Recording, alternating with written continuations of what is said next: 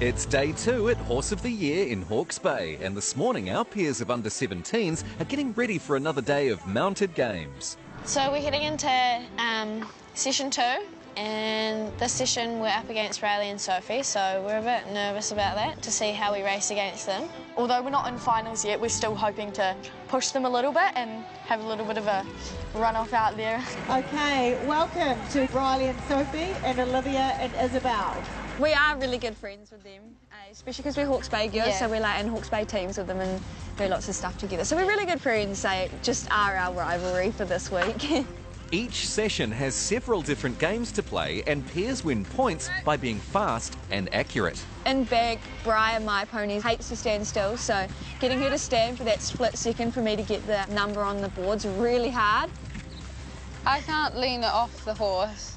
I have one of the smallest ponies out there, but I don't know, I'm not flexible enough, or I can easily get down, but the question is if I can come back up would be the problem. Side by side, these pairs look very even. Briar has thoroughbred in her, so is probably the fastest horse, but Nimble is pretty quick too. Riley's Nimble's super quick through the poles. He is like unbeatable through the poles. He's just so nippy and little, he can just like get his way through everything. And in this run home, it looks like Sophie's horse Polly has plenty of speed too. After that session, Sophie and Riley and Olivia and Isabel are both sitting at first equal on the scoreboard. The horses now have time for a rest before their final heat this afternoon. It's a bit of a balancing act in the heats. You don't want to go too hard so your ponies are shattered come final time, but you also want to be going hard enough to be able to collect enough points so you can qualify for the final. A few hours later and everyone's ready to race again. Well, everyone but Kevin and Isabel. I completely forgot I was not. Luckily, Olivia is close by to help her get Kevin ready. Yeah, we came over to get him to spruce up, because look how pretty Briar's looking, nice. And you're asleep in your truck. We're about to go into our last heat. We're quite excited because we're now guaranteed a place in the A final because our points are quite far ahead of the positions of 3rd and below. So, yeah, hopefully we can still smash that 4th heat. This next game is called Agility Aces. The riders must step on every pot, but Sophie's missed the last one. She has to do them all again. This gives a good advantage to Olivia. Isabel's next to go with Riley in hot pursuit, but Kevin's playing up. Isabel's having some trouble with him, leaving the way clear for Riley to win the race. With both teams having already earned enough points to qualify for the A finals, this heat is more about positioning.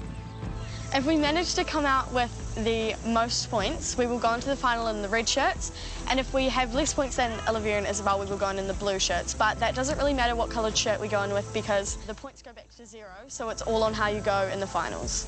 So we're playing a bit of a mind game with Riley and Sophie, and we really want them to underestimate us, so these next 2 sessions we're planning on just cruising. Seems to be working because it seems like they're beating us, so... It's quite good being in a heat with our biggest rivals because that way we can see how many mistakes they're making, how quick their ponies are going and whether they're accurate or not. There's a lot of pressure qualifying into the final in first place with the red shirt. Everyone kind of is watching you to think that you're the one that's going to win, and everyone knows that, so we want them to feel that little bit of extra pressure, and then we can be a bit of a dark horse, hopefully, on the blue shirt. Even though Olivia and Isabel didn't want to win, both pairs had some really good races and some not so good races.